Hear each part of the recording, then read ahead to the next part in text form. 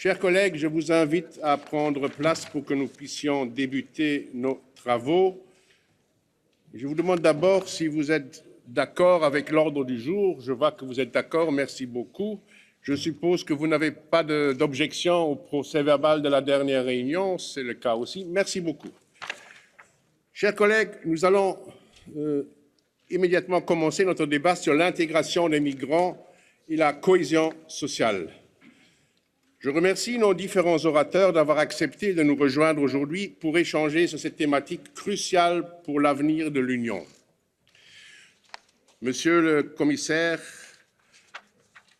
en 2015, l'avis de notre collègue de Coster sur l'agenda européen sur la migration soulignait que pour nous, l'approche adoptée par l'Union européenne en matière de migration doit être fondée sur la solidarité et le partage des responsabilités, être durable à long terme et respecter les droits de l'homme. La crise humanitaire de 2015 n'est malheureusement pas finie. La gestion de la crise des migrants est une responsabilité partagée et il reste encore beaucoup à accomplir ensemble. La Commission a mis sur la table des propositions courageuses, mais l'Union ne peut pas tout faire tout seul. Cher Monsieur le Commissaire, vous m'aviez écrit un jour un courrier en disant « Maire un jour, maire toujours ». Vous savez mieux que quiconque, vous qui avez été aussi membre de notre Assemblée et aussi maire d'une ville importante, que les élus locaux doivent au quotidien faire face à l'urgence sur le terrain. Devant vous, je veux d'ailleurs saluer toutes celles et tous ceux qui, dans nos communes, dans nos villes et dans nos régions, organisent quotidiennement l'accueil et l'intégration des migrants. Ils font honneur à l'esprit européen. Rien n'est simple, loin de là, à aucun niveau. Mais ce n'est pas parce que rien n'est simple que nous pouvons tourner le dos à nos valeurs et à nos responsabilités.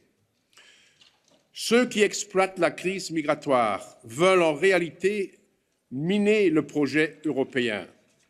Je leur dis que ce n'est pas en portant secours à celles et ceux qui fuient la mort ou des conditions de vie inhumaines que nous sacrifierions notre culture et notre mode de vie. C'est au contraire ainsi que nous, Européens, serons dignes et en accord avec nos valeurs. Monsieur le commissaire, vous le savez, depuis 2015, le comité a été actif pour porter la voix des élus du terrain avec une approche constructive et solidaire, notamment via l'avis de notre collègue Avramopoulos sur l'agenda européen en matière de migration, mais aussi au travers de nos recommandations en faveur d'une réforme du régime d'asile européen commun préparée par notre collègue Bianco, maire de Catane, de celle sur l'immigration légale et de l'intégration des immigrés, préparée par notre collègue Glebevich, marshal de la Voïvodie de Pommery occidentale, et celle sur l'intégration préparée par notre collègue Van Loo, député au Parlement flamand. Ce que nous demandons, c'est que l'effort d'accueil et d'intégration sur le terrain soit soutenu. Monsieur le commissaire, cher ami, c'est avec grand plaisir que je vous cède volontiers la parole. Merci, Monsieur le Président. Merci, mon cher ami. Je suis vraiment très content d'être parmi vous aujourd'hui. Comme je vous ai dit à plusieurs reprises auparavant, je me sens membre de cette famille et j'y resterai pour toujours. Dear President, dear members of the committee, ladies and gentlemen, allow me to call you dear colleagues. We all know that we meet here today, we are gathered here today for an immensely important and timely discussion. The question of immigrant integration and social cohesion. I would like from the depth of my heart to express my thanks to the President and the Committee of Regions for having put the topic of integration of migrants on the agenda of this plenary session.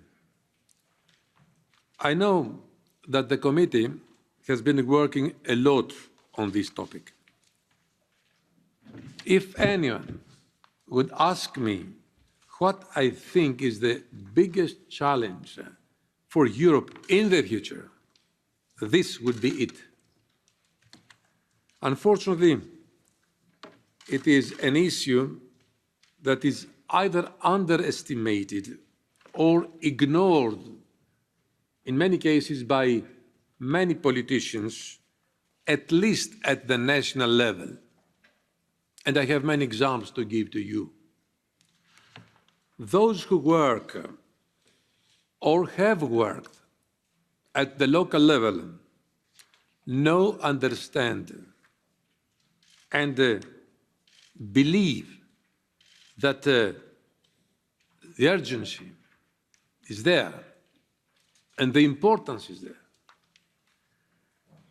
As a former mayor myself, I know this too, and I directly had to deal with the challenges on the ground.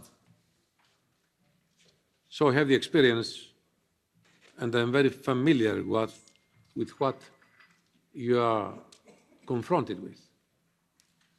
We have all known this, not just now in the aftermath of the recent migration crisis.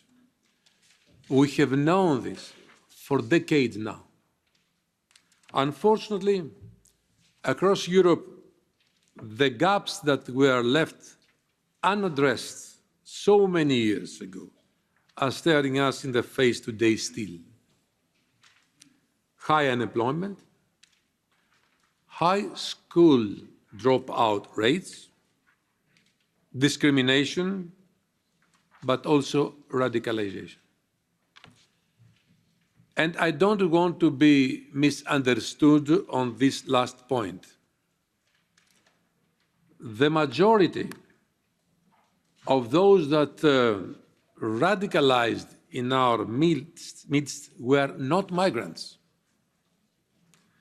Most of them are not newly arrived. They are our own youngsters, born and bred EU citizens. Many of them indeed have an immigrant background of heritage. But the challenge of radicalization was not imported from outside. It is good to know that. The vulnerability and susceptibility of this youth towards dangerous ideologies and radicalization was created and appeared on European soil. In other words, this is our shared responsibility, whether for those who have been here a long time, were born here, or for those who have just arrived. Dear colleagues, we cannot take the question of integration lightly. Integration is not about providing some sort of band-aid. It is not about quick fixes, about getting them into any job or any course to get any diploma. This is about equal opportunities. It is about full participation, about genuine belonging. Integration is not an urgency. Integration is a necessity, a social necessity, a security necessity even, but above all, an economic necessity. No one knows this better than the local level that you represent here. Many of you deal with this enormous challenge and have a responsibility on a daily basis. Many cities have implemented mechanisms to effectively integrate migrant children in schools or put in place schemes for the integration in the labour market in cooperation with local employers in particular. Local and regional authorities also play a very positive role in creating spaces for exchanges between migrants and societies, ensuring social inclusion and active participation in the host society. But you cannot and should not be doing this alone, because you are not alone. And this is a message I would like to send to you today on behalf of the European Commission. This is why we are actively supporting local and regional authorities in their integration efforts through funding across all our policy areas at EU level. We know that access to EU funding can prove challenging for local and regional authorities, in particular the smaller ones. This is why, in the context, and please take note of that, of the next multi-annual financial framework, we want to improve the conditions for accessing funding for integration and reduce the administrative burden for final beneficiaries. At the same time, we need a radical rethinking about how we approach the question of integration, no longer as an emergency or a quick fix, as I said before. No, integration should become a centralized, mainstreamed, and long-term priority for the entire European Union. Across all our areas, not just migration, but education, employment, social inclusion, and regional policy. In other words, we need both more and smarter investments. If there is one priority where we cannot be stingy, where we cannot cut investments, this is the one. Dear colleagues, you may have seen it. Both the irregular flows as well as the asylum applications have dropped to pre-crisis levels. We are clearly no longer where we were 3 years ago, and we all remember the very difficult moments we went through in the year 2015. And at that time, I have to confess that nor the European Union, neither member states were prepared for this unprecedented phenomenon. But definitely, today we are not where we were 3 years ago. We have made a great progress.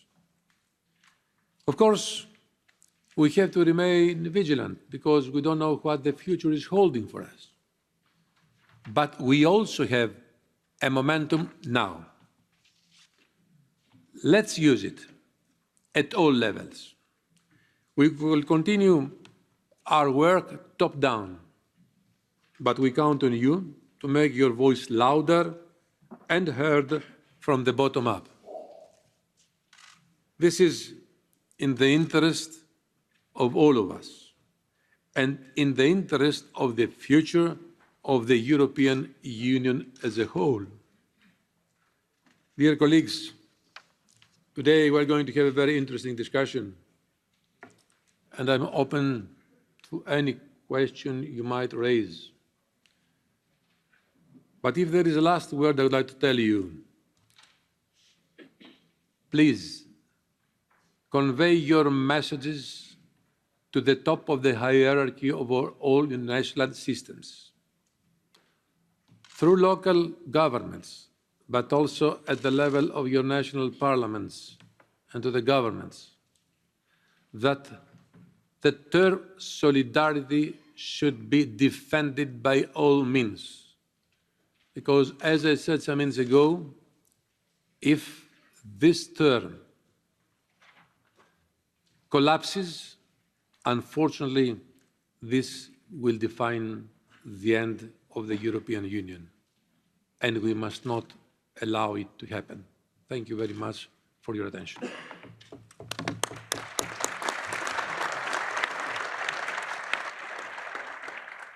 Thank you very much, Mr. Commissioner. And then, before opening the floor for our members, I will give the floor to 4 further interventions here from our side.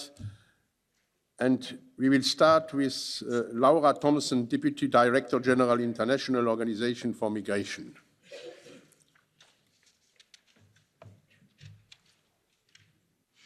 Merci beaucoup, Monsieur le Président.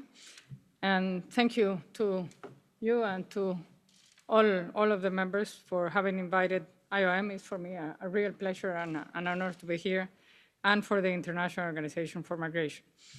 To take part in this plenary session, integration and social cohesion are an extremely important area of IOM's work, which we address in general terms with partnerships with various stakeholders at different levels, local, regional, and obviously at the global level.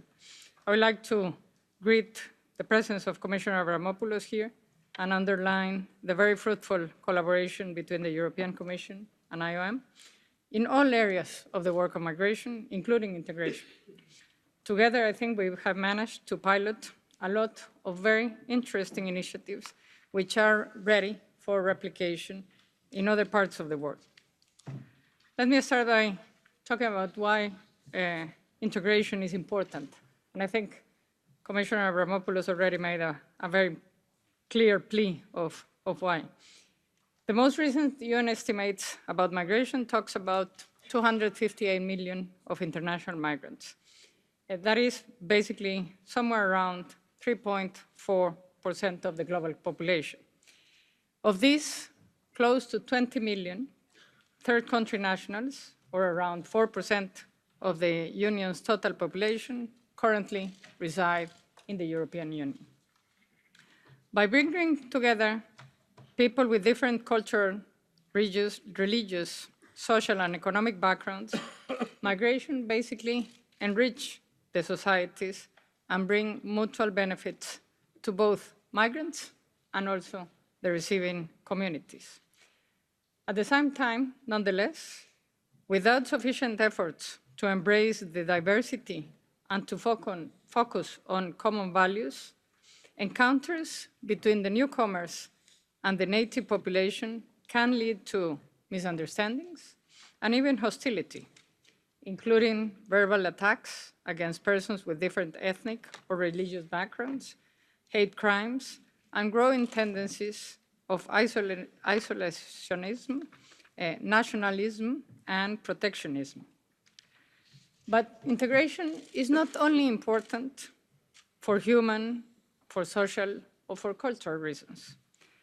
In 2016, McKinsey calculated the economic loss of poor labor market integration in the world. It concluded that if countries narrow the wage gap between the foreigners and the native-born workers, currently it is somewhere between 20 to 30%. The foreigners get 20% to 30% less wages, to 5 to 10%, by increasing immigrants more effectively, integrating immigrants more effectively across various aspects of education, housing, health, and community engagement. They could generate an additional boost of $800 billion to $1 trillion to worldwide economic output annually. We all know, nonetheless, that there are very clear barriers and recurrent barriers that migrants face in the process of integration. These barriers are of different types: linguistic, legal, and administrative. The reduced access to social networks and the lack of knowledge of the local environment and the social context are other important barriers that affect migrants. It is because of these barriers that successful integration and social cohesion does not happen spontaneously and needs to be really mainstream throughout all policies. And Commissioner Avramopoulos was talking about education, health planning, etc. Everything, integration has to be everywhere. It also requires a consistent work and collaboration across a broad spectrum of stakeholders. Governments, obviously, at the local level, at the regional level, like all of you, at the national level, and at the global levels. The private sector, that they are advocates for diversity. The civil society has its role also. And what is most important, the migrants themselves and the receiving communities. In the European context, while the competence of integration lies primarily with the member states, the EU has an important role in supporting, stimulating, and coordinating member states' actions and policies in this area. We welcome very much the mention of integration within the progress report on the implementation of the European Agenda on Migration, recently published by the European Commission. We hope that this is the beginning of a process to increase the EU's efforts on integration. Now let me come to all of you, to the regions. Regions and cities experience the effects of migration firsthand. You are the ones that live with the migrants, and that is, I think, extremely clear for all of us. At the same time, you play a primary role in promoting the socioeconomic inclusion of those migrants. The close proximity of local authorities to your constituencies, your hands-on policy implementation role, and your practices, or your practice of participatory decision-making make all of you, local and regional authorities, a strategic level of governments that needs to be involved. Evidence shows that migrants' contribution to local development depends, to a large extent, on the relationship they establish with the local actors, and overall on the governance system existing at the local level and not at the national level, including their participation in the economy, in the local culture, and in the society as a whole. For this to happen, nonetheless, local authorities need to mobility-proof, in a certain way, the services and adopt a philosophy of mainstreaming immigrant integration into all portfolios to ensure that services are fully accessible to diverse populations. It is in the interest of both the migrants and the host communities that migrants become an integral part of the local projects, of the action plans and strategies, and that their views and voices are also heard when they are developed. This can be improved by including diverse groups in the staffing strategies of local authorities, mainstreaming intercultural competencies, and ensuring the presence of migrants in decision-making processes. Regional and local authorities can also support migrants on their search for decent employment conditions through pre-employment services such as placement programs, skills retooling, and recognition of their diplomas and other certifications. Nonetheless, a very fundamental element of all these is that local authorities should work with all the members of the society to facilitate the integration process, not only with the migrants. Communities should also be prepared for the arrival of the newcomers and really open to receive them. Efforts should be put into creating an overall enabling environment in which migrants are empowered and can become active members of their receiving community. We have in IOM been working a lot in integration in partnership with governments and non-state stakeholders, piloting innovative approaches and disseminating good practices across the world, including with pre-departure orientation programs. We are also taking into account what Commissioner Avramopoulos said just now, also developing an operational and policy framework on integration and social cohesion, with the purpose of really informing all our programming and actions, but also informing all our member states and consolidating the efforts of different actors from different parts of the world to address challenges to integration and increasing negative narrative on migration. I can give you several examples of what we have done, but I will do that, and also some of the work that we are doing with Home Affairs, DG Home Affairs, but I will leave that for the questions and answers. Let me just, to conclude, talk about the new opportunity that the world has brought to all of us. And Commissioner Avramopoulos was talking about what we need to do here within the European context. Now, at the global level, we are at a historical moment when governments are negotiating the content and implementation modalities of a global compact on safe, orderly, and regular migration to be adopted in December of this year. Integration has been featured quite prominently during the consultation process of the compact, with the first thematic consultation being devoted to the topic migrant rights and social inclusion. There is a zero draft that is being debated now, and it contains provision on integration, which are extremely important, and we are hoping that they are going to continue to move forward in the negotiation process. I think I fully agree that we need to use this opportunity. We need to use the momentum. We need to come out in Europe, for example, from the crisis response mood to the long-term adaptation of the realities of what migration means for Europe, as well as for the rest of the world. It is really a necessity. To conclude, let me say that integration is extremely important, but in order to be able to integrate people, it is extremely important to address anti-migrant sentiments and change the discourse on migration to ensure optimal integration and social cohesion.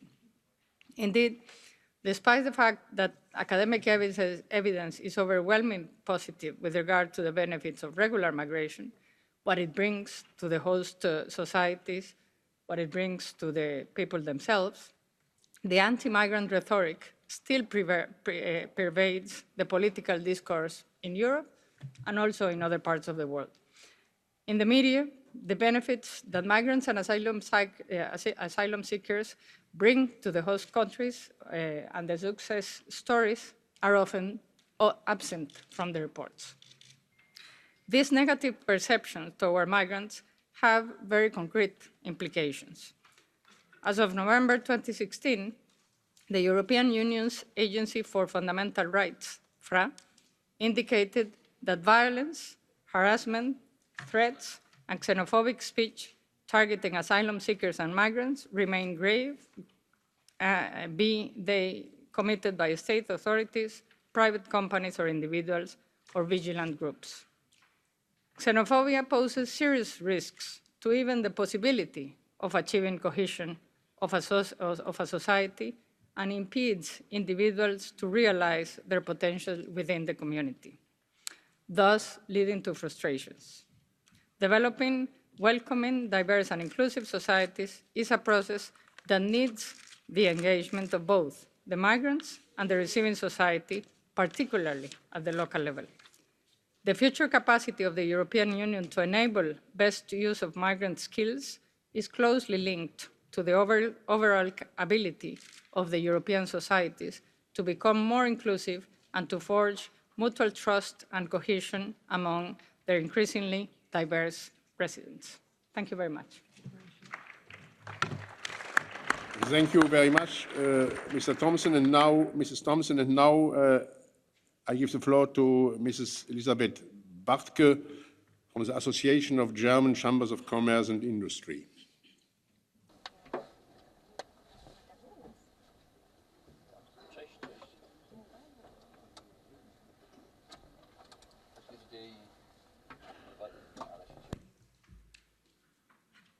So, good morning, ladies and gentlemen. Thank you so much, Mr. President, for the introduction.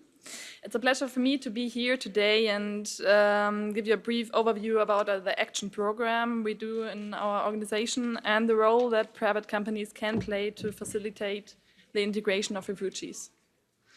As previously mentioned, I am the nationwide coordinator for Germany for our action program, which we launched in 2015. But before immersing into the thematic of the integration of refugees, I would like to explain you a bit the structure of our organization. The Association of German Chambers of Commerce and Industry is the umbrella organization of 79 chambers of commerce distributed through Germany, and the 130 German chambers of commerce we do have in 92 countries all over the world. Due to the fact that I'm working in the action program, which is just limited to Germany, my main field of activities is focused on the nationwide content. Another fact you should know about our chamber network is that we do have compulsory membership. So this really facilitates my job as a coordinator, because I do know that all the 90 chambers are standing behind me, and we work together for the action program. I also prepared you some facts and figures concerning the current situation about refugees in Germany.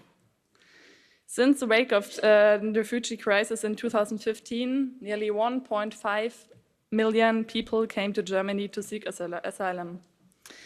In comparison to 2015 and 16, the numbers of asylum applications has decreased in 2017. Meanwhile, the average duration of the whole procedure to get asylum is currently 2 months. In the peak time, 2016, it could have been between 9 and 12, even longer. Meanwhile, 210 refugees could be integrated in the labor market, and I'm glad to say that last September, 9,500 people could be integrated in an apprenticeship program. Compared to 2016, it's nearly 3 times higher. Still, the major challenge for refugees concerning the integration are, on the one hand, the German language, which is pretty difficult to learn, and on the other hand, their qualifications and skills, which are often lower than the German standard. The German chambers have early recognized the importance of building networks with public institutions, but also with companies in their activities. There are 2 main reasons why we started our action program in 2015. First of all, we want to take responsibility for society as a whole, but because experience in our migrant history has shown that many refugees who came to Germany will probably stay here longer. So we learned work and education has been the key to successful and sustainable integration in Germany society. Secondly, given the fact that Germany is facing an increasing shortage of skilled workers and employees, refugee could be our future workforce. We became active in 3 ways. First of all, in the field of policy advisory. Besides, the DIHK built up a project in 2016, which is called the Network Enterprises Integrating Refugee. The experienced team is meanwhile staffed by 7 project consultants who refine and provide user-friendly information to their member companies, and also do organize events to activate exchange of experience and provide support to establish networks between public and private institutions. But last but not least, as I already mentioned, we started the action program starting over in Germany, supporting integration together, which we launched in the end of 2015. From that day, in November, the Chambers of Industry and Commerce have been offering businesses and refugees comprehensive advisory and support services. Without going too much in detail regarding the fields of activities, I can say that we are mainly doing our core competencies, such as vocational education and training, career orientation, but also supporting trainers or new businesses to start up. The focus of 2016 in our project was more on building up the structures, which have been stabilized and carried on in last year. In the last 2 years, we spent 35 million euro, and we plan to spend another 12 million in 2018. Among other things, we employed 160 staff members who are mainly responsible to work for the action program all over Germany. We just evaluated a detailed survey to get an overview of the main challenges our companies had to deal with in the last 2.5 years. So nearly 40% of the companies criticize that there is still a too intransparent legal framework, which is not unusual for Germany. Also, the coordination of the language training is often pretty costly and burdensome, especially because 98% of our members are small and medium enterprises and don't have the capacity for that. And company experience that their refugees do have problems in vocational school and sometimes also fail in the exams. And so they request support regarding educational support.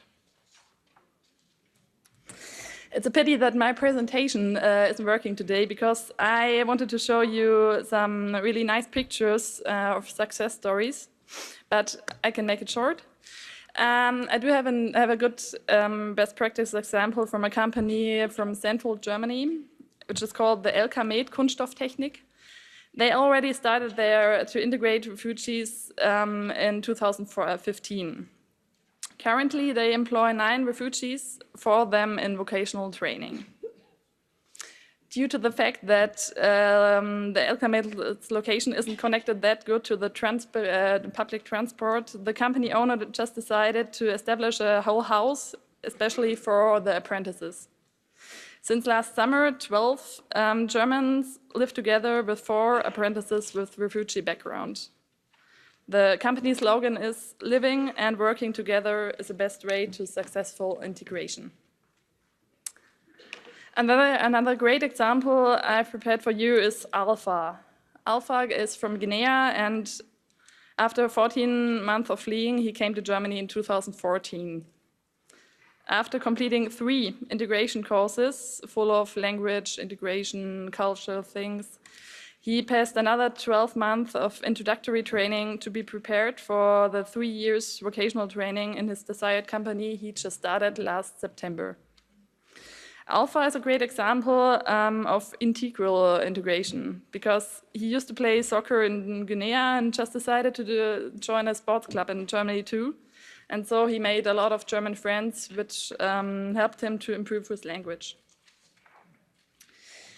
Last week, there was an annual meeting of the network I was talking about some minutes ago. And I had the chance to ask the member companies to give me some key messages and advices I should transfer to you or to other countries. First of all, they say, go for it. But they also mentioned to keep all the sites pretty low. Also, integration takes its time, so activities have to be planned in long-term perspective on all sites and do need motivation and staying power even if projects fail sometimes.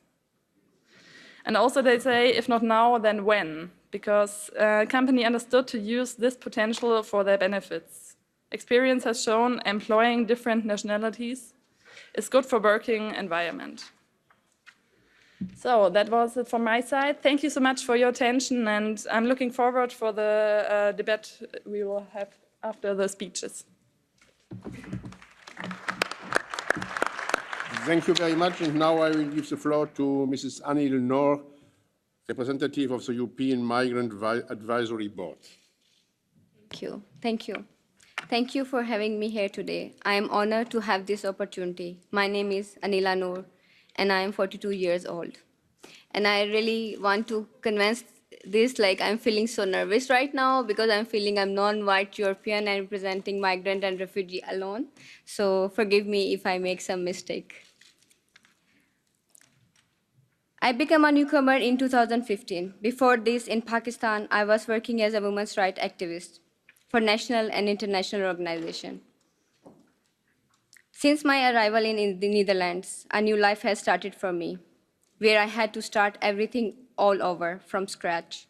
In 2014, I completed my 3rd master's degree in development studies and social justice from Erasmus University of Netherlands. But regardless of my background and experience, my first job was at local factory as manual worker, as if I had no skills and potential to contribute. Ironic, isn't it? I didn't surrender, as I knew I could do so much more. At the moment, I'm working for the City of Amsterdam as a policy advisor. I became fellow of the Open Society Foundation, and I serve as a member of the newly created European Migrant Advisory Board, together with 9 other fully engaged and resourceful migrants and refugees.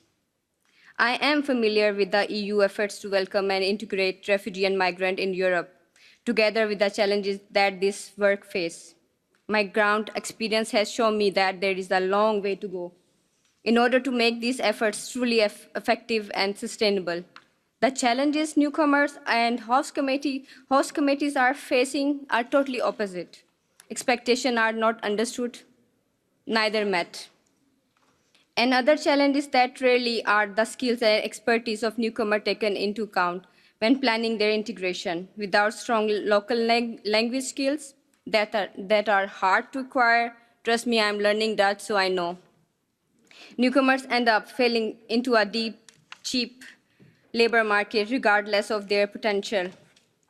Instead of contributing to larger social development, doctors can turn into cooks, engineers into mechanics, and professors into unqualified workers. I believe integration happens on so many levels, culturally, socially, economically, not only with the host country, but also with the other migrant communities. In practice, stakeholders often act as they are afraid of one of other. The distance grows and makes the policy and action meant to help newcomers to simply miss their real needs of realities. It is fundamental to take these realities into consideration when developing policy and designing action towards an inclusive integration of migrant and refugee in Europe. It is essential to include the voices of migrants and refugees in the decision-making process on the local, national, and EU level. As a newcomer woman, I need to emphasize that women newcomers and migrant women remain an overlooked and vulnerable group. Policymakers, public authorities, NGOs need to approach this topic separately.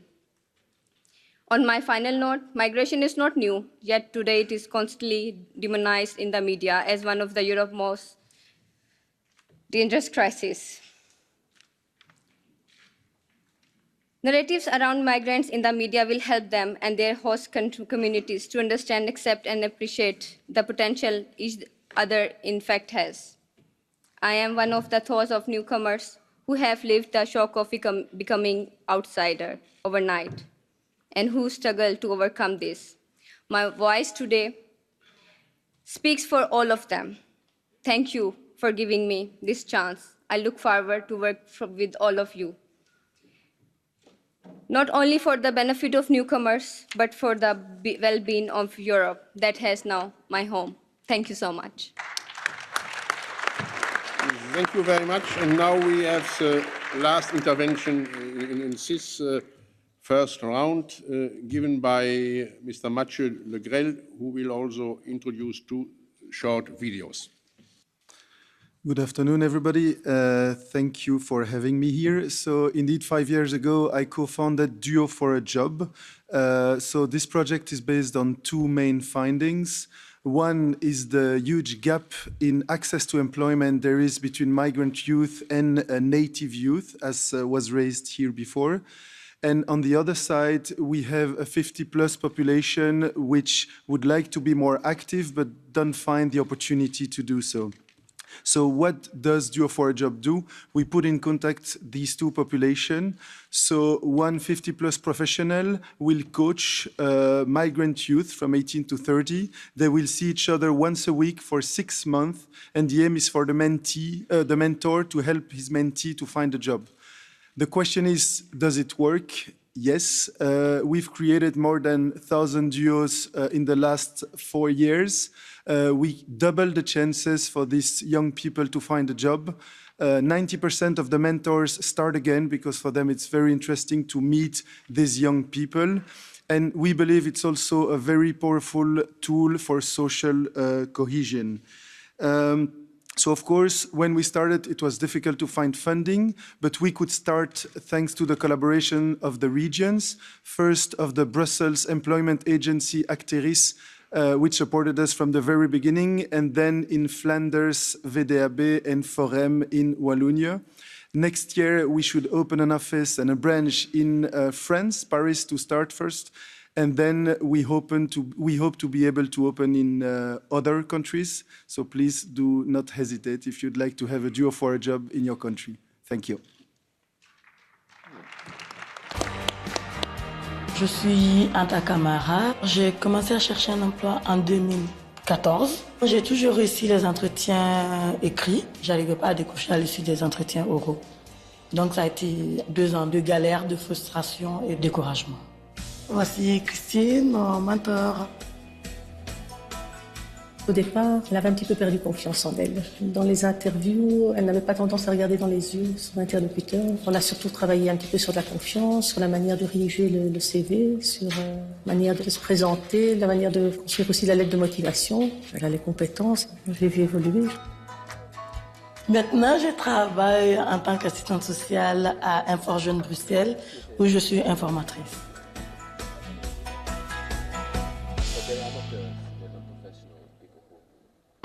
Ik ben Ahmad, 30 jaar.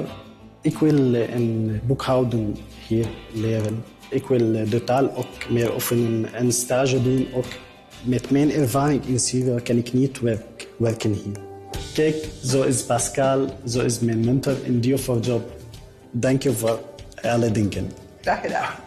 Wij hebben eigenlijk begonnen, dus zijn opleiding Nederlands stond volledig op punt. Hij had al Narik gecontacteerd voor de homologatie van zijn diploma. Voor het ogenblik ben ik bezig met de cv van Ahmad. We zijn die aan het verbeteren. En dan gaan we een motivatiebrief ook samen doen. Ik denk wel dat Duo voor een Job hem een duw in de rug heeft gegeven. Ik hoop na 6 maanden een vaste job vinden.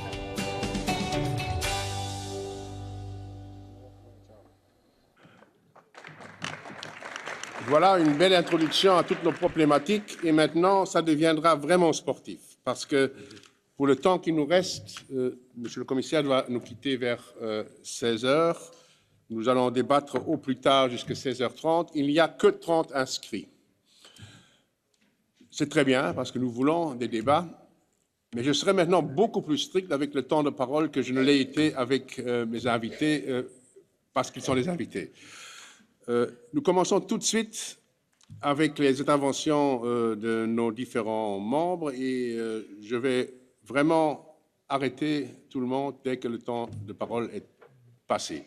Le premier orateur, c'est notre collègue Kalogeropoulos. Κύριε Επίτροπε, κύριε Πρόεδρε, αγαπητοί συνάδελφοι, όταν η Ευρωπαϊκή Ένωση ήρθε για πρώτη φορά αντιμέτωπη με το μεγάλο κύμα της προσφυγικής και μεταναστευτικής κρίσης, ευνηδιάστηκε. Η ανταπόκριση της Ευρωπαϊκής Ένωσης δεν ήταν πάντα εκείνη που θέλαμε. Όμως, για να είμαστε δίκαιοι, πρέπει να παραδεχτούμε ότι τα τελευταία 2,5 χρόνια έχουν γίνει αρκετά βήματα προς σωστή κατεύθυνση. Η υποδοχή των προσφύγων και των μεταναστών είναι το πρώτο βήμα. Το δεύτερο είναι η ενσωμάτωση στις ευρωπαϊκές κοινωνίες όσων από εκείνους θα παραμείνουν στα κράτη-μέλη της Ευρωπαϊκής Ένωσης. Πώς θα το πετύχουμε αυτό?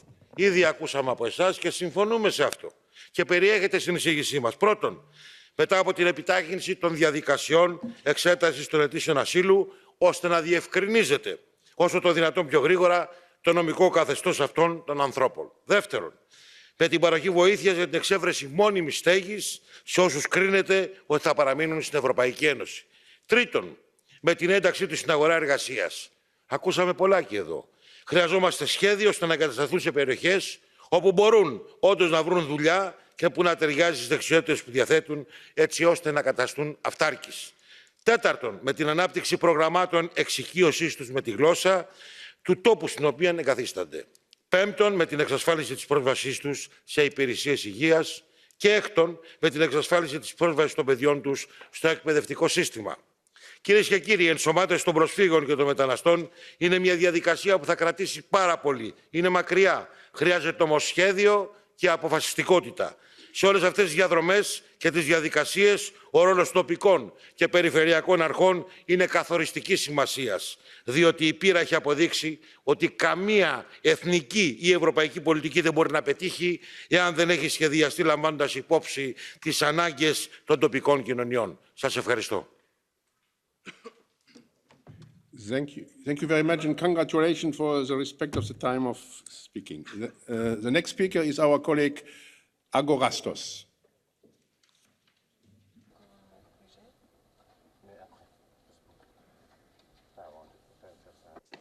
Ευχαριστώ πολύ.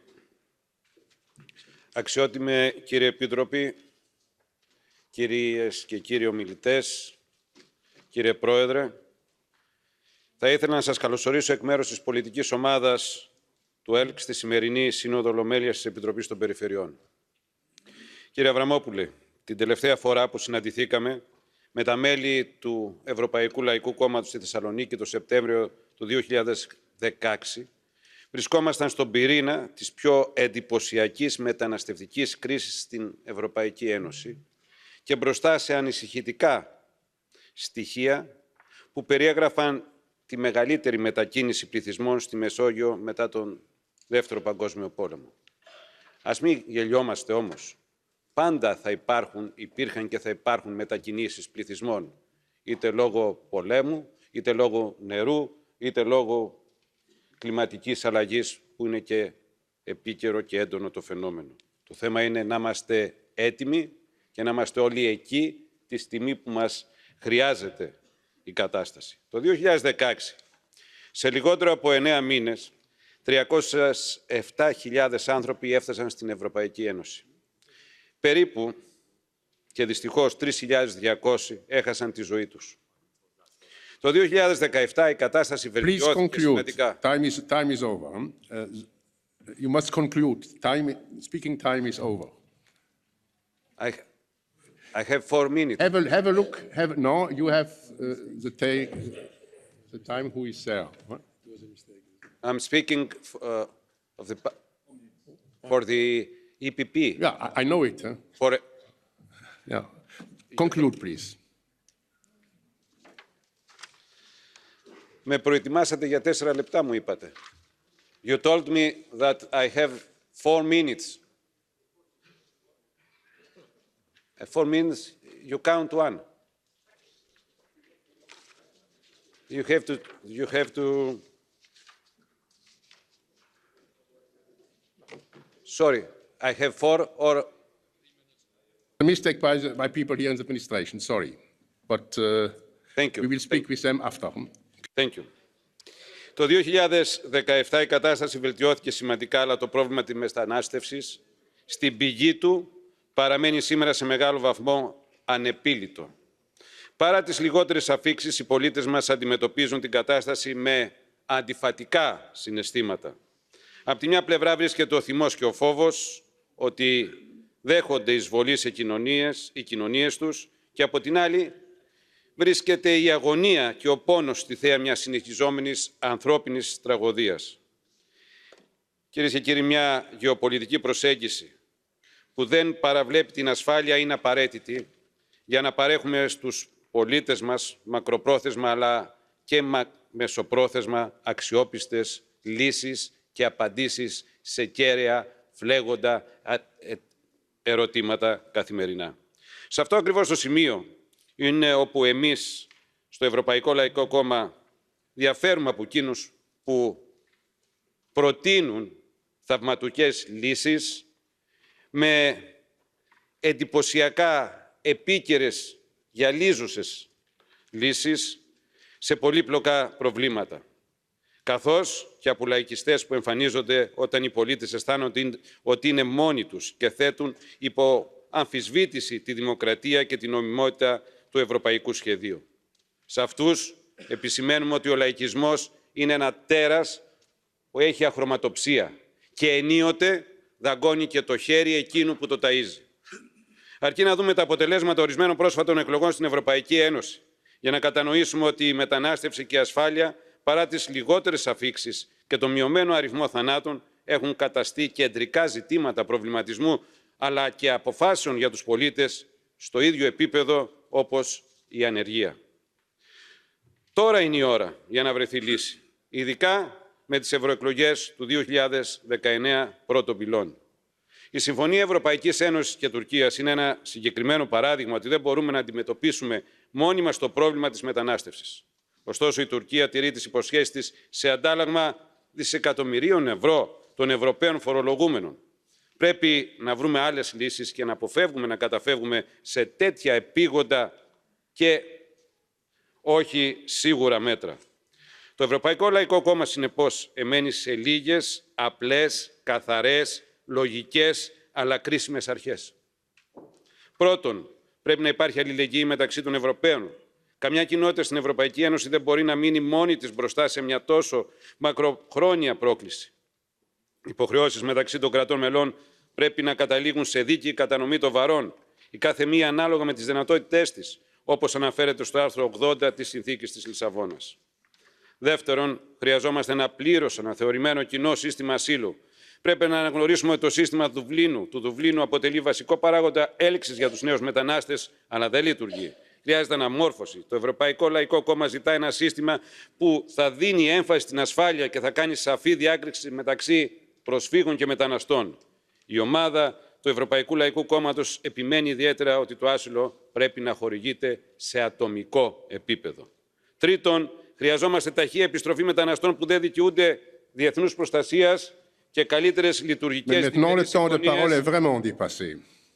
Τέταρτον, χρειαζόμαστε διατήρηση και σεβασμό της Συμφωνίας Σέγγεν. Και τέλος, να υπάρχει σεβασμό των αξιών μας. Οι πρόσφυγες και όλοι οι μετανάστες γενικότερα είναι ασφαλώς κάτοχοι δικαιωμάτων. Πρέπει όμως να σέβονται τις βασικές αρχές των κοινωνιών μας: δημοκρατία, πολιτισμός, ελευθερία, ανεκτικότητα και κράτος δικαίου. Σας ευχαριστώ πολύ. Merci beaucoup. Le prochain orateur, c'est Monsieur Katsifaras. Αξιότιμε κύριε Επίτροπε, απευθύνουμε σε εσάς ως Αντιπρόεδρος της ομάδας του Ευρωπαϊκού Σοσιαλιστικού Κόμματος, αλλά και ως εκπρόσωπος της αυτοδιοίκησης μιας χώρας που γνωρίζετε τόσο καλά όσο και εγώ, με χιλιάδες χιλιόμετρα ακτογραμμής, με πολυετή έκθεση σε πολύ σημαντικά μεταναστευτικά ρεύματα και με τη γνώση ότι αυτό που ζούμε δεν είναι μια μεταβατική κατάσταση. Είναι περιττό, αγαπητοί συνάδελφοι, να προσποιούμαστε ότι έχουμε να κάνουμε με μια έκτακτη ανάγκη, που συμβαίνει μόνο μία φορά. Αντιμετωπίζουμε ένα μακροχρόνιο φαινόμενο μεταναστευτικών ροών που έχει προκληθεί τόσο από τις βίαιες συγκρούσεις στη γειτονιά μας, όσο και από τις κραυγαλαίες ανισότητες κοινωνικές, οικονομικές, παραγωγικές σε χώρες που μας περιβάλλουν. Όπως γνωρίζετε καλά, τόσο στη χώρα μας η διαχείριση του μεταναστευτικού ρεύματος είναι στο επίκεντρο του πολιτικού γίγνεσθε, σε τόνους συχνά βίαιους και διαβρωτικούς για τον κοινωνικό ιστό.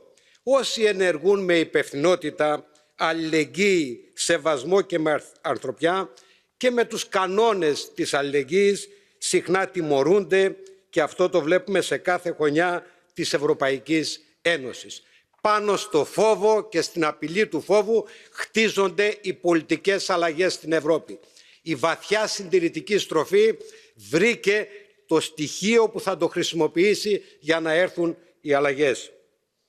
Θα έλεγα ότι οι εξελίξεις με το Brexit εκεί βρήκανε έδαφος.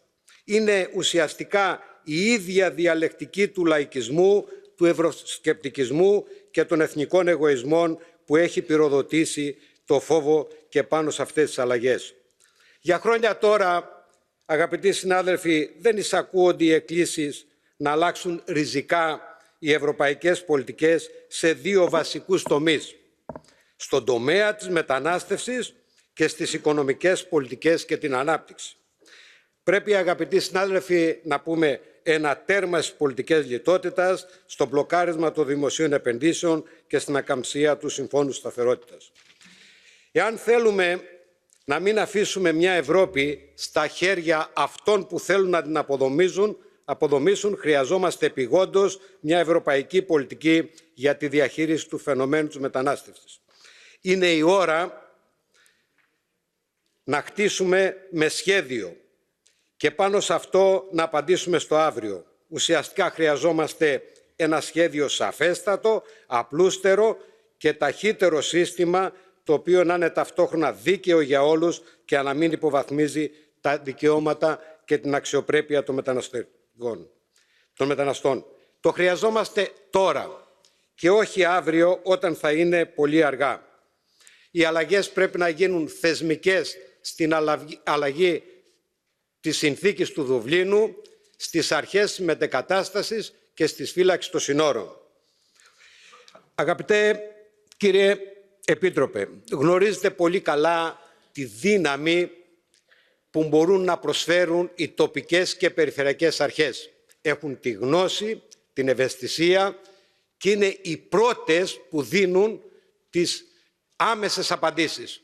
Εμπιστευτείτε και μέσα στο σχέδιο που έχετε για την ευρωπαϊκή πολιτική για το μεταναστευτικό εντάξτε τις κύριες πολιτικές της μετανάστευσης και στις τοπικές και στις περιφερειακές αρχές. Και πόρους και αρμοδιότητες και ευθύνες. Γιατί μόνο θα χτίσουμε μια κοινωνία αλληλεγγύης, μια Ευρώπη που να πατάει στα πόδια της και μια δημοκρατική προοπτική των Ευρωπαίων πολιτών. Merci beaucoup. Le prochain orateur est notre collègue Somers. Thank you very much, Chair. I'm very happy that we have this discussion here because local and regional authorities are in the front line of integrating people. And of course, newcomers have to learn our language. They have to participate at the labor market. They have to know and learn to embrace our values. But most of the people with a foreign background in Europe are people who are born and raised in our countries, the first, the second, the third generation. And that's the real challenge in Europe. And what we have to do there is, of course, first of all, give everybody equal opportunities, create more social mobility in our cities and regions, fight segregation, create mixed neighborhoods, mixed schools, so that people learn to live together and learn to understand each other, fight discrimination, a fundamental European value that guarantees the freedom of everybody. That is for me the real challenge. Create cities, not cities of communities, but cities of citizens. Embrace those people. Create an inclusive policy. Recruit those people for our society so that they cannot be recruited by extremists or other people who are dangerous. Second point, it's my conviction that if you want to be successful, it will ask efforts of everybody. We cannot live in a nostalgic past. We have to live in the present and the future. And it will demand from everybody more efforts. And of course, we have to fight the populist narrative. Populists, they say that they defend our European values, but they are destroying them. They abuse values to put people in the corner, to stigmatize people. Our values are created to emancipate people. It's exactly the opposite of it. Populists, they always destroy the European dream. The European dream was a dream of inclusion. They speak of a Europe of exclusion. It's exactly the opposite of what Europe has to be. And I want to end with an example of my city. In my city, 1 out of 2 kids is born with a foreign background. They live in the city of Mechelen, only 90,000 inhabitants, more Muslims than in the whole of Hungary, more Muslims than in the whole of Slovakia, more Muslims than in 5 other cities. And I can say to you, it's a prosperous city. It's a safe city. It's one of the most beautiful cities of Belgium. It's a success story. And it's a success also thanks to all those people with a foreign background. For me, they are all citizens of Mechelen. They are all Europeans. And we have to stand for all of them. I thank you. Merci beaucoup. La parole est à notre collègue Karel van Loo. Dank u wel, voorzitter. Geachte commissaris, geachte collega's. Onze samenleving wordt inderdaad steeds meer diverser. En dit brengt enorme uitdagingen met zich mee. Om de sociale cohesie te versterken in onze samenleving, in onze steden, om die te beschermen en zelfs te versterken, is het inderdaad nodig dat we zoveel mogelijk nieuwkomers zo goed mogelijk integreren. Als rapporteur van het actieplan van de commissie heb ik goede praktijken verzameld en niet in het minst wat we in Vlaanderen gedaan hebben, die ik hier vandaag nogmaals met u wil delen. Die integratieprojecten in Vlaanderen zijn opgebouwd rond 3 verschillende pijlers. 1, het belangrijkste, en het is reeds aangehaald, is taalkennis. Om als nieuwkomer te integreren is het absoluut noodzakelijk dat men kan communiceren met de gastgemeenschap waar men terecht is gekomen. Taalkennis zorgt trouwens ook voor betere kansen op de arbeidsmarkt, essentieel om volwaardig deel te worden van de nieuwe gemeenschap. Ten tweede, inburgering, civic integration in het Engels. Wat zijn de normen en waarden van de gastgemeenschap? Wat zijn de regels, de geplogenheden van de nieuwe samenleving waar men terecht is gekomen? Nieuwkomers moeten zich die ook eigen kunnen maken. Enkel zo blijven ze op termijn geen nieuwkomers, maar worden ze volwaardig deel van een gemeenschap. En ten derde, maatwerk. Kijk naar de individuele noden van de nieuwkomers, zoals getoond door Duo for Job. Heeft hij of zij loopbaanoriëntatie nodig? Kunnen we hen helpen bij een professionele loopbaan, op zoek naar een woning? Is er nood aan ondersteuning bij traumatische ervaringen? Meneer de commissaris, integratiebeleid staat niet op zichzelf. Het is verbonden met onderwijs, arbeidsmarkt, huisvesting. En daarom moet integratie in al deze beleidsdomeinen tot stand komen. Afsluitend, voorzitter, moet integratiebeleid vrijblijvend zijn of moeten we dit verplichten? In Vlaanderen is dit beleid reeds verplicht sinds 2004. Dit vanuit het idee voor wat hoort wat. De gastgemeenschap moet ervoor zorgen dat nieuwkomers alle kansen krijgen, maar de kansen moeten ook worden gegrepen. Laat ons er alles aan doen om de diversiteit van de Europese samenleving te doen slagen. En wat mij betreft is dit niet vrijblijvend, maar cruciaal om de sociale cohesie te vrijwaren. Ik dank u. Merci beaucoup. La parole est à notre collègue Jonkman. Thank you, Chair. Dear Commissioner, dear other speakers, on behalf of the ECR group, I would like to underline the need to have a stronger localism approach to the subject of migration and social cohesion. We have international commitments when it comes to asylum, and indeed they need to be upheld. However, illegal migration is something we have to be touch in tackling. This is crucial for us to be able to meet our commitments on taking in refugees and ensuring that our limited resources go into assisting those in real need. From the perspective of local and regional government, it worries us that a localism approach has not been followed in Europe. This leads to social tensions. We all heard about a series of clashes in Rome, Treviso and many other places in Italy and in Greece. In many cases, social tensions stem from the fact that local government has not been properly consulted or involved. This concerns areas such as housing, schooling, health services and employment opportunities. We need to work with our communities, not force top-down decisions on them. If we force things, we will continue to get negative reactions.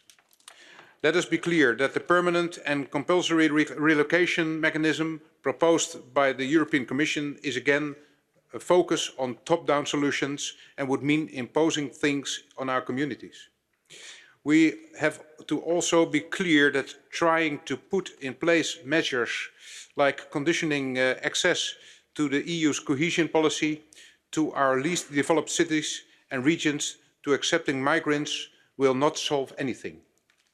We would be mixing apples with pears and would only continue to fuel skepticism in the added value of the EU. Let us work bottom-up, not top-down. Thank you very much. Merci beaucoup. Et maintenant, je donne la parole à notre premier vice-président, Markku Markkula. Mr. President, dear Commissioner, let me briefly put just a few questions. We know that integration happens in real-life practice at the local level, or it doesn't happen. It is therefore fundamental to create the conditions to support first the learning of the local language and culture, to get along, to get acquainted and then enter the labour market. And second, extension is very important. Many of the refugees, migrants have a professional skills, how to recognize the diplomas and the standard understanding of their qualifications, what they already have. Is the action plan on the integration of third country nationals or the European Social Fund the best placed tools to help local authorities supporting labour market integration? And can the Commission speed up the delivery of good practices throughout Europe so that we can have more of this public-private people participation at the local level, use the best practices that have been developed, instruments, tools developed throughout Europe? Thank you very much. Merci beaucoup. Nous avions convenu avec Monsieur le Commissaire qu'il nous quitte vers 4 heures. C'est pour ça que je lui donne maintenant la parole pour faire des observations sur ce qu'il a entendu jusqu'à présent. Monsieur le Commissaire, vous avez la parole. Merci, Monsieur le Président. The debate is very animated, and I would like to thank you for that. It reflects the strong and sincere interest of local authorities to address this unprecedented phenomenon of migration.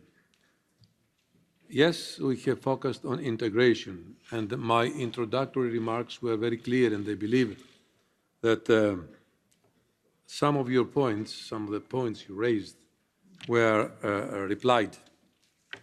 We all agree on the fundamental principles.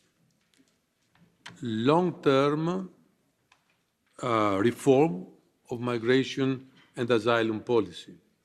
And we work on that. As you know, we have put very clear proposals on the table. Solidarity, as I said in the beginning, is more than essential. And solidarity is not just a romantic theoretical term. It is one of the basic principles upon which the European project is built. And migration has questioned solidarity, and we have seen very worrying phenomena across Europe. Today, as you know, there is a very important meeting of the European Council where leaders will discuss these issues too. We have to find, finally, an agreement for a truly fair and balanced asylum system and Dublin by June. That was a decision made by the leaders. I would like to reiterate once again that it is important to distinguish between those who are in need of genuine protection and those who do not. But we also have to enhance, to open legal migration channels so people can come orderly and legal to Europe. Europe will never become a fortress. I fully agree with what was said before. It's an open, democratic society. And most of the European countries have an experience on migration. Before 2014, some of our countries had an experience in sending migrants abroad.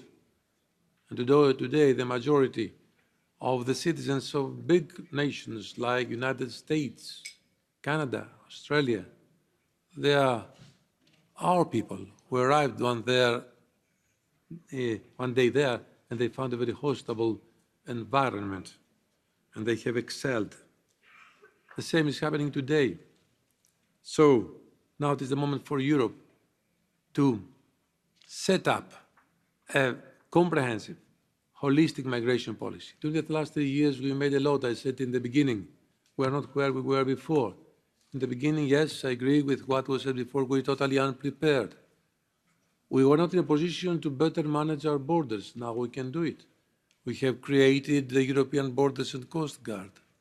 One of its mandate is to send back, to return the ones who are not entitled to cross the European borders. This was not happening before. We support frontline member states like Italy and Greece, the most affected countries of the European Union. And there are still problems there, but setting up the hotspots, they work, they deliver. More than 90% of the the people who arrive, they are fully fingerprinted and registered, which was not the case before. And let me correct the number. Not only 350,000 people managed to cross the European borders, more than 1 million people did. And they all had one destination in their mind, either to go to Northern Europe, to Germany, or to Denmark, or to Sweden. In the meantime, we started building our migration architecture. And the most important for me, it was what was decided in Luxembourg in 2015, that we should all take part in this effort and share in a responsible way the burden. Relocation started working, but in the middle of this process, it was blocked by some member states.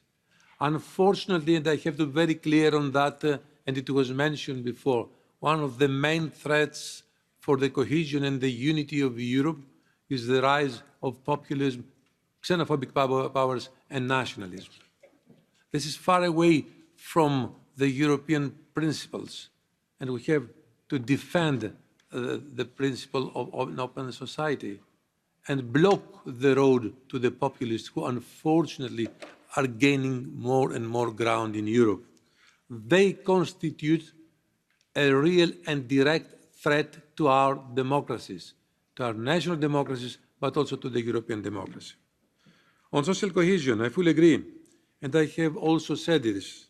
Inclusive societies are key for our cohesion, but also for our security and for our economy. We cannot afford to make the mistakes of the past. We must not allow Europe to revert to its past. Indeed, integration should be prioritized and embedded in all our policy areas. Now, on the role of the Commission on integration, we all know, and I fully agree with you, that integration takes place, happens at the local level. So it is not for us here at the European Union level to tell you how things should be done. You will tell us how to do it, and we are here to support you in doing it. We do not have in Brussels this competence, this responsibility, but we can help and support actions by the national, regional, and local levels on integration of third country nationals. A reference was made to global compacts. Indeed, integration is also a priority, right. It's a right that the European Union has pushed to be reflected in the global compacts on migration and refugees with the United Nations.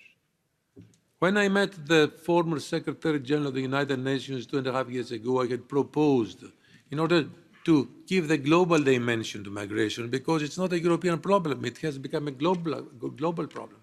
You all know that right now, more than 75 million people are refugees across the world. It started from here, and it will not stop, I agree with you. It is a phenomenon that will be there for the years to come, so we have to be better prepared, not only at a European, but also at a global level. We listen to us, they listen to us. So an extraordinary General Assembly took place 2 years ago in New York. At the same time, President Obama did the same thing. And that's how we started building a global migration policy. And we are lucky that the new Secretary General of the United Nations is someone who is very sensitive on that, because he was the United Nations High Commissioner before he became Secretary General. I met him just 2 weeks ago, and we decided to work more on this global compacts on refugees and migrants. The role now, and Elizabeth mentioned before, of social and economic partners is of great importance. We have already opened a dialogue with them in the process of integration. I would say it's a key element on that. This is why we have signed, and I'm sure you know that, the Partnership for Integration at EU level with social and economic partners in December 2017. Mrs. Thomson, you did very well, and thank you for sharing this event with us, because IOM is one of our most important partners. And your great experience throughout the last years is of great importance for us. IOM has been a key partner for us in better managing migration, both within but also outside the European Union over the last 3 years. And we are very glad, I'm personally glad, that I see that integration is also a priority for you. In other words, we need all partners on board for that. For Anissa, you said something before. Well, I want to be frank. I was emotionally touched by what you said. And we are humbled and inspired by your story. It is not just a simple story. It's a message you sent. It is a reminder of the talents and skills that migrants bring with them, but also the challenges and obstacles and barriers they face. We must all invest in making Europe a truly welcoming society. And indeed, we first never forget the vulnerability of women in the migration and integration process. I kindly ask you to put your earphones on, because I would like to reply to my compatriots who asked some questions in Greek. Είπα πρωτήτερα και συμφωνώ μαζί σας ότι είναι ακραίο φαινόμενο η άνοδος του ακραίου λαϊκισμού και της ξενοφοβίας. Και επειδή απευθύνομαι σε εσάς, εκπροσώπους της ελληνικής τοπικής αυτοδιοίκησης και της περιφέρειας, θα ήθελα για μία ακόμη φορά εξ ονόματος της Επιτροπής να εξάρω και να επενέσω τη στάση του ελληνικού λαού, που πρώτος δέχτηκε τα προσφυγικά ρεύματα το 2014-2015 και έστειλε μηνύματα ανθρωπισμού και πολιτισμού σε ολόκληρο τον κόσμο. Βέβαια, έχουμε προβλήματα να αντιμετωπίσουμε. Τα είπα κατά τη διάρκεια της εισαγωγικής μου ομιλίας. Πλέον η περιφερειακή και η τοπική αυτοδιοίκηση δεν είναι μόνη. Το νέο σχέδιο που έχει εκπονήσει η Επιτροπή προβλέπει άμεση πλέον στήριξη των περιφερειών και των μεγάλων δήμων που είναι υποπίεση αυτόν τον καιρό. Και δεν θα μπορούσε να ήταν και διαφορετικά, διότι όπως κατά επανάληψη έχουμε πει, είστε οι πρώτοι που αντιμετωπίζετε αυτή την κατάσταση και μάλιστα κάτω από ιδιαίτερα δύσκολες κοινωνικές, οικονομικές και πολιτικές συνθήκες. Και οφείλουμε να δείξουμε όλοι, και η Ευρωπαϊκή Επιτροπή, αλλά και οι εθνικές κυβερνήσεις, κατανόηση στα προβλήματα που αντιμετωπίζετε. Και τώρα θα ήθελα να σας πω μερικά λόγια για το funding for migration. I come back, I revert to English now. We are supporting member states through the national programs of AMIF, of Asylum, Migration, Integration Fund, with 1 billion program for integration for the period between 2014 and 2020. At the same time, we also finance integration projects directly through calls for proposals. Many local and regional authorities have benefited, they have already done it, from grants in the context of past calls on integration in the year 2016 and 2017 under the Asylum, Migration and Integration Fund, and projects are now ongoing. So I would encourage you to make use of these grants and funds. At the same time, the European Social Fund, the European Regional Development Fund, and Erasmus for education can also help in order to fund projects related to integration in their respective areas. In the next multi-financial framework, integration will be one, and I said in the beginning, of our main priorities, both in the short and in the long-term approach. Now, actions of Commission on integration. It's good to take note of that. In June 2016, already, we adopted the Action Plan on the Integration of Third Country Nationals, a comprehensive series of measures in 5 main areas in order to support Member States: pre-departure and pre-arrival measures, education, employment and vocational training, access to basic services, active participation and social inclusion. At the end of this year, at the end of 2018, almost all actions of the action plan will have been implemented. The Commission has enhanced, has reinforced the possibilities for Member States to exchange on the topic of integration by setting up the European Integration Network and organising mutual learning activities. There is a very strong cooperation across the different services in the Commission on the issue of skills recognition and education.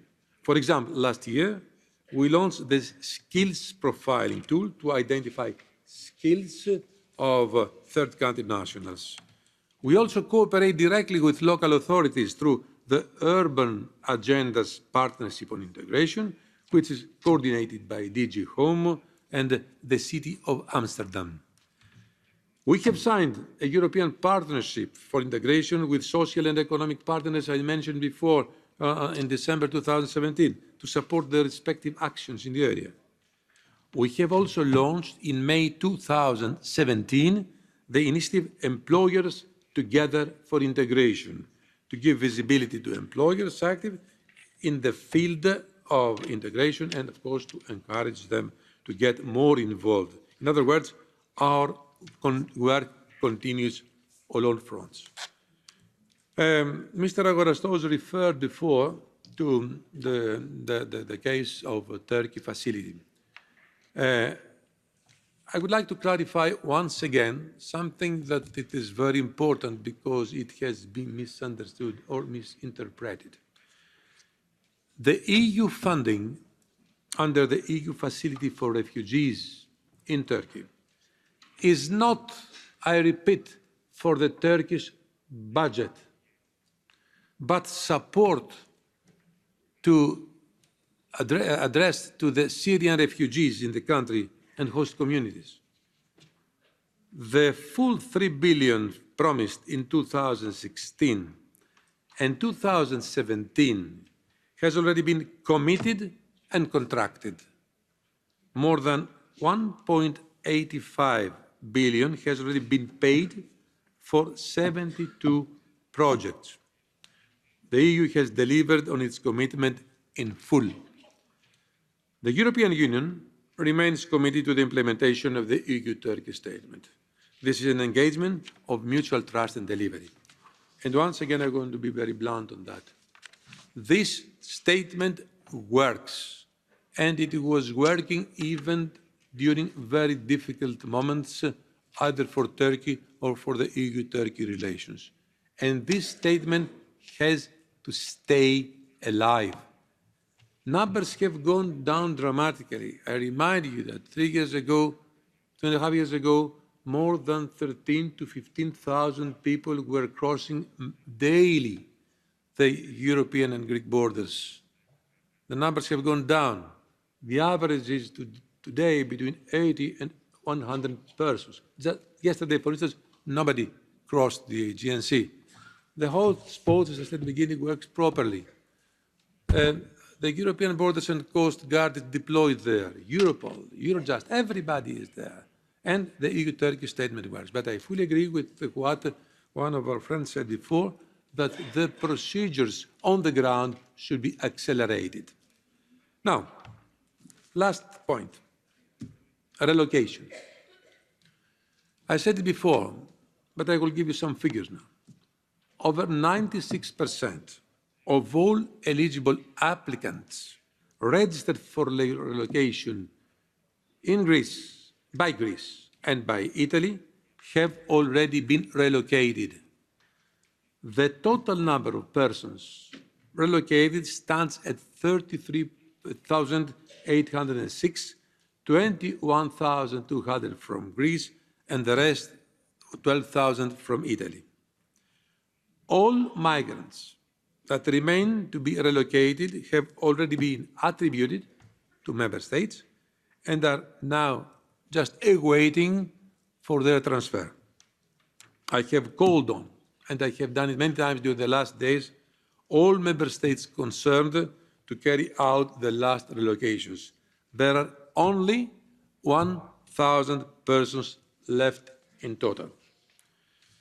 Before I close my remarks, and although I would like to spend more time with you, because as I said at the beginning, I'm much inspired by our discussion, I would like to reiterate what I said in the beginning. Local governments, regions, and municipalities are not alone anymore. The initiatives undertaken by President Lambert that have brought us closer to each other, it is not just to exchange some views, it is to undertake a mutual commitment to work together. Today, we cope with integration, but as it was very correctly said before, Mr. Katsifaras, this phenomenon will not stop. We have to be prepared for the future. Unfortunately, we are surrounded by a region of instability. Instability that stretches from Tunisia to Ukraine. You see what's happening in Northern Africa. I was last week in Niger for a very important meeting with the leadership of the Sahel countries, also the West and Eastern African countries. We tried to establish a good cooperation with them, not only in cooperating in managing migration, but also to convince them to take back their nationals. Because it is very clear, I said before, the ones who are in need of protection will have it in Europe, but the others have to respect the rules and the legislation of Europe. We open legal pathways for them to come to our union, because in the future, Europe will be in need of migrants. Europe is an aging continent. For its growth, for its economy, migrants will be needed in the future, but they must understand one thing, that the borders of Europe are better managed right now, beyond what we are doing in general for security, which is another issue that I would like to discuss with you one day, and something that's very important. It was said before, as a paradigm coming from a Belgian community, the majority of the ones who were the perpetrators of these terrorist acts were not first-generation migrants. They were born and bred here. In other words, they are our co-citizens. So integration is one of our key priorities, because if integration in the spirit it is conceived today had been adopted as a strategy, as a policy 10 years ago, a lot of this phenomena would have never been appeared. So once again, I would like to praise and commend the Committee of Regions for these initiatives and President Lamberts himself, and to urge you to keep working with us, with the European institutions, but also at the national level. We are all on the same side, defending, protecting the basic values upon which Europe is built, mainly solidarity and responsibility. Because as I said at a doorstep statement just some minutes ago, if solidarity disappears and collapses, this will mark the beginning of the end of the European Union. And we are all responsible for this not to happen. Thank you very much for your hospitality and your attention. Merci beaucoup, Monsieur le Commissaire, pour ces réponses. Nous serons heureux, au moment venu, de poursuivre et d'approfondir notre dialogue et notre coopération.